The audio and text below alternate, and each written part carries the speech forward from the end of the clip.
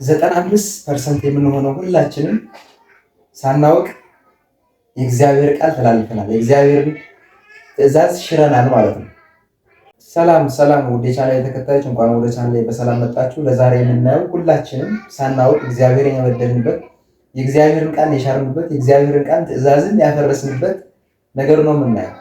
በእርግጠኝነት ይህን ነገር ይጠቅማቸዋል። ለጓደኞቻችን ሼር አድርጉላቸው። ለቻናሌ አዲስ የሆናችሁ ላይክ፣ ሳብስክራይብ፣ ሼር በማድረግ ጀምሩት። በመጀመሪያ ሰንበት ምን ማለት ነው የሚለው እናያለን። የሰንበት ትርጉም ምንድን ነው? ሁለተኛ ሰንበት እየተባለች ያለችው ማን ናት? ዕለተ ቅዳሜ ናት? ዕለተ እሁድ ናት? ወይስ የትኛዋ ናት? በሁለቱ ማለት ነው። በሐዲስ ኪዳንም በብሉይ ኪዳንም የትኛዋ ነው እናያለን። ሰንበት ስናከብር እንዴት ነው የምናከብረው የሚለው እናያለን። እንዴት ነው የሚከበረው? ሰንበት አክብሩ ሲባል እንዴት ነው የምናከብረው? እያከበርነውስ ነው የሚለውን ነገር እናያለን። ወደ መጀመሪያ ስንመጣ ሰንበት የሚለው ቃል ምን ማለት ነው የሚለው ስናይ ሰንበት ማለት ሰንበተ ከሚለው የግዕዝ ቃል የወጣ ሲሆን አረፈ፣ ትርጉሙ አረፈ የሚለው ነው። ሰንበት ማለት አረፈ ማለት እረፍት ማለት ነው። እንግዲህ እግዚአብሔር አምላክ ከሰባቱ ዕለታት መርጦ ሰንበትን እንድናከብር አዞናል። ሰባተኛይቱ ቀን ሰንበት እንድናከብር በመጽሐፍ እግዚአብሔር አምላክ በነቢያት ማድሮ ነግሮናል ማለት ነው። እግዚአብሔር አምላክ ስለ ሰኞ ስለ ማክሰኞ እንድናከብር በመጽሐፍ ቅዱስ አይናገርም። ነገር ግን ስለ ሰንበት ግን ከሌሎች ዕለታት ለይቶ እንድናከብራት እንድንቀድሳት ይነግረናል ማለት ነው። በመጽሐፍ ቅዱስ ስናይ እንግዲህ ሰንበት የሚለው ቃል በብሉይ ኪዳን ከ80 በላይ ሰንበት የሚለው ቃል ተጽፏል።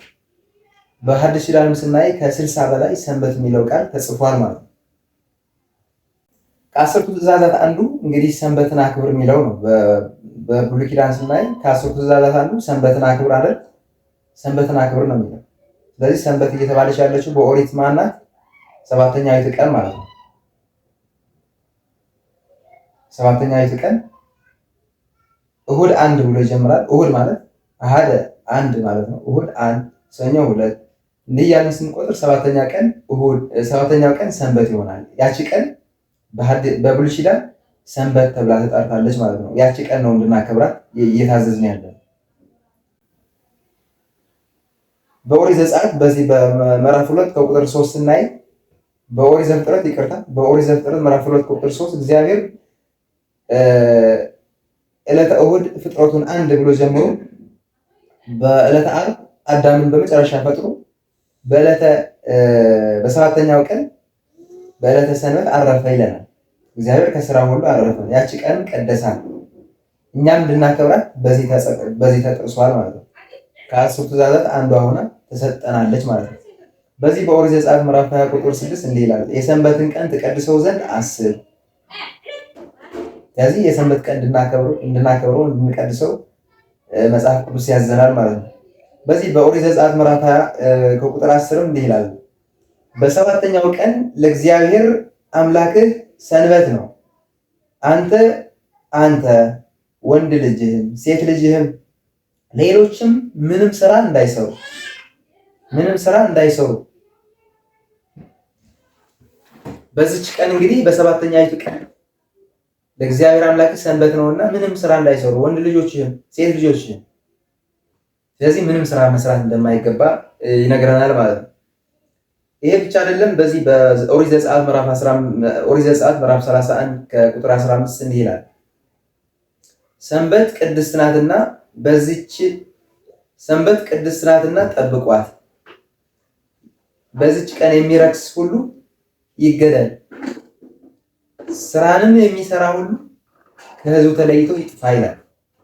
ይሄ እግዚአብሔር ቃል ነው፣ ከመጽሐፍ ቅዱስ ነው እያነበብኩ ያለው። ኦሪት ዘጸአት ምዕራፍ 31 ቁጥር 15።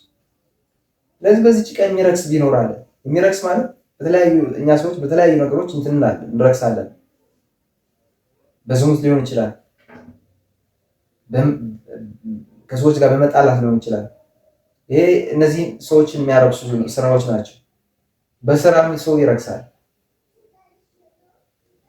ስለዚህ ማንም የሚረክስ ቢኖር ስራም የሚሰራ ቢኖር ከሕዝቡ ተለይቶ ይጥፋ። ስለዚህ ሰንበት ምንኛ ከባድ እንደሆነ አስቡት። እግዚአብሔር ቃል ነው እንዲህ እያለ ያለው፣ የነብይ ቃል አይደለም፣ የእግዚአብሔር ቃል ነው። ይሄ ብቻ አይደለም ግን በዚህ በኦሪት ዘኍልቍ ምዕራፍ 15 እንዲህ የሚል ታሪክ እናነባለን። አንድ ሰው ነበረና ዕለቱም ሰንበት ነበረ። ያ ሰውዬ በሰንበት ቀን እንጨት እየለቀመ አይሁዶች አገኙት። እንግዲህ አይሁዶች ሰንበትን በጣም የሚያከብሩ ሰዎች ናቸው። የኦሪት ሕግን በጣም እንጠብቃለን የሚሉ አይሁዶች አገኙት። ያንን ሰው ማለት ነው እንጨት እየለቀመ እንዴት በሰንበት ቀን እንጨት ይለቅማል ብሎ ወደ ሙሴና ወደ አሮን አመጡት። ከዛ ወደ ሙሴና ወደ አሮን ሲያመጡት ይሄን ሰውዬ በሰንበት ቀን የማይደረገውን እንጨት እየለቀመ አገኘ ነው፣ ምን እናድርገው አሏቸው፣ ለሙሴና ለአሮን ማለት ነው። ይሄ ሰውዬ በድንጋይ ቀጥቅጣችሁ ግደሉታል። ሰንበትን ስለሻረ በድንጋይ ቀጥቅጣችሁ ግደሉት። ያንን ሰው ወደ ውጭ አውጥተው በድንጋይ ቀጥቅጠው ገድለውታል ማለት ነው። አያችሁ የሰንበት ምንኛ ከባድ እንደሆነ።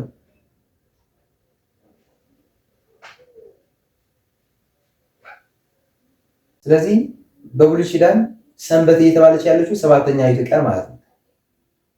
አሁን ምንድነው የምንላት? በአሁኑ ጊዜ ቅዳሜ እያልናት ያለ ነው ማለት ነው።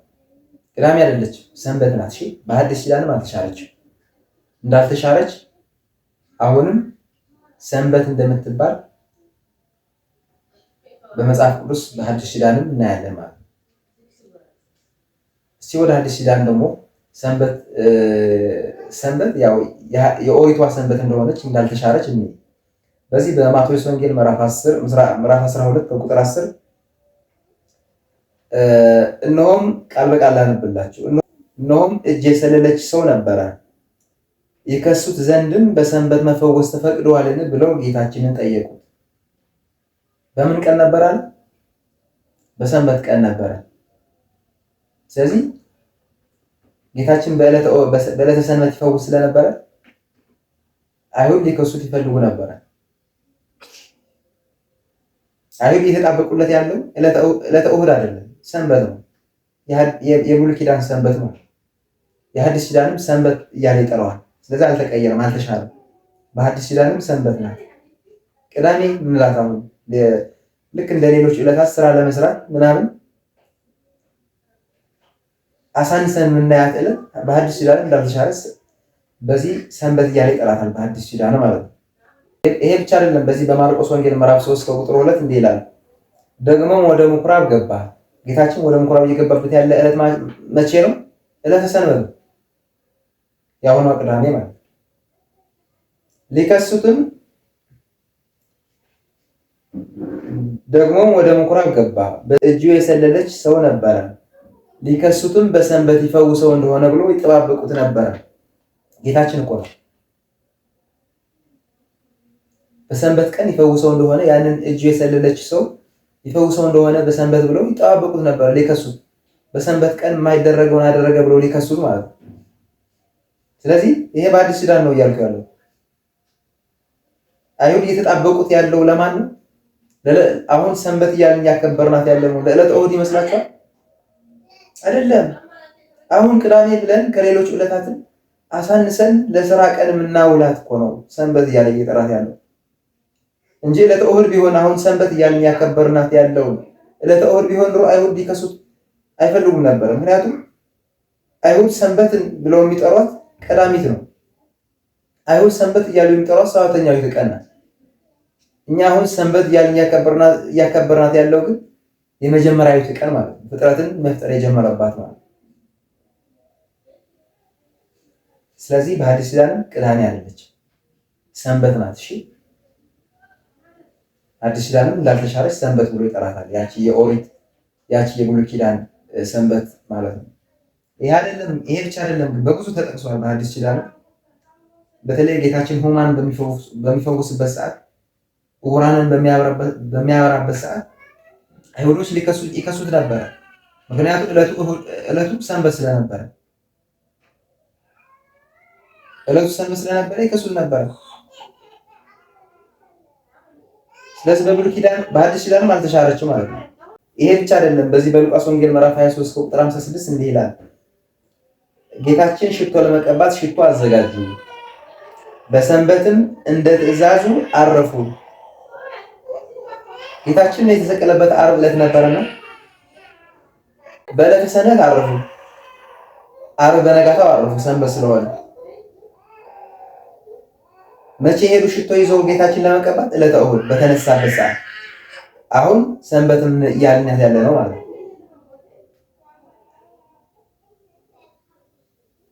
በዚህ በሉቃስ ምዕራፍ 24 ላይ እንዲህ ይላል፣ ነገር ግን በሳምንቱ የመጀመሪያ ቀን የሳምንቱ የመጀመሪያ ቀን ማለት እሑድ ማለት ነው። አሁን ምን እያልናት ያለ ነው? ሰንበት እያልናት ያለ ነው። እሑድ ናት። የመጀመሪያዊቱ ቀን እሑድ ትባላለች።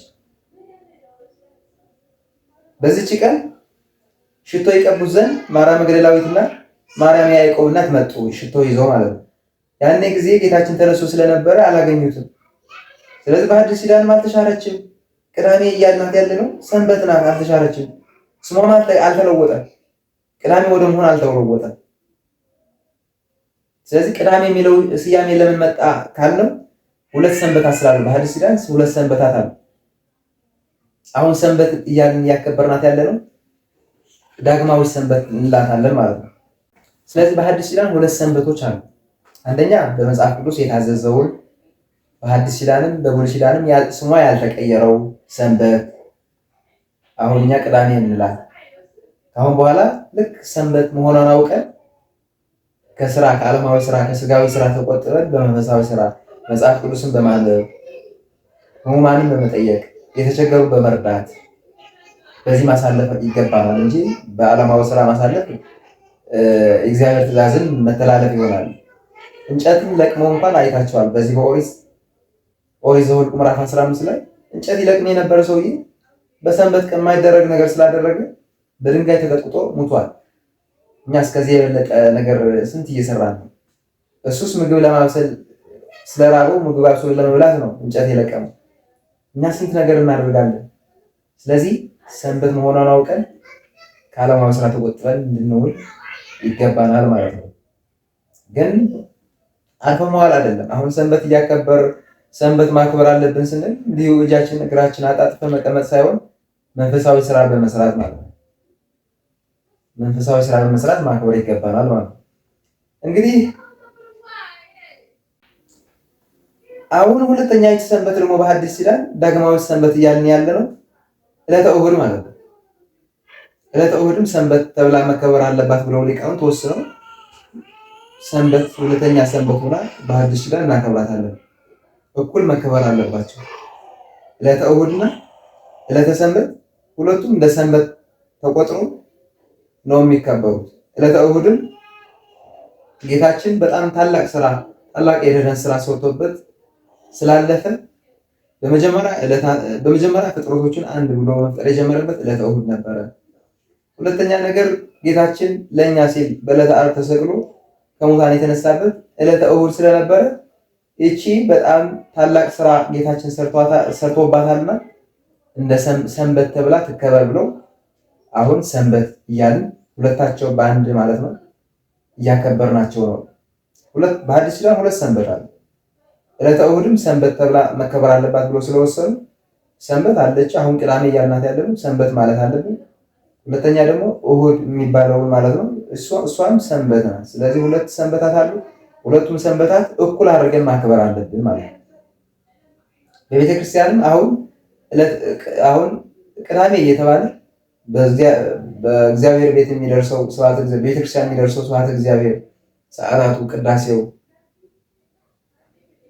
አጠቃላይ ስብሐተ እግዚአብሔር በቅዳሜ እየተባለ የለም። አሁን ልክ እንደ ሌሎች ዕለታት ሰዎችም ከዛ እያየ ይመስለኛል ቤተክርስቲያን ብትሄድ ቅዳሜ እየተባለ ሰው አታገኝም። ሰው ወደ ስራ ነው የሚገባው። ሰው ወደ ገበያ ነው የሚሮጠው። ዕለተ እሑድ ደግሞ ሰው ቤተክርስቲያን ታገኘዋለህ። ግን እኩል ናቸው። እንዲያውም በመጽሐፍ ቅዱስ የተጻፈችው ሰንበት ተብላ የተጻፈችው አሁን ቅዳሜ እያልናት እያሳነስናት ያለ ነው።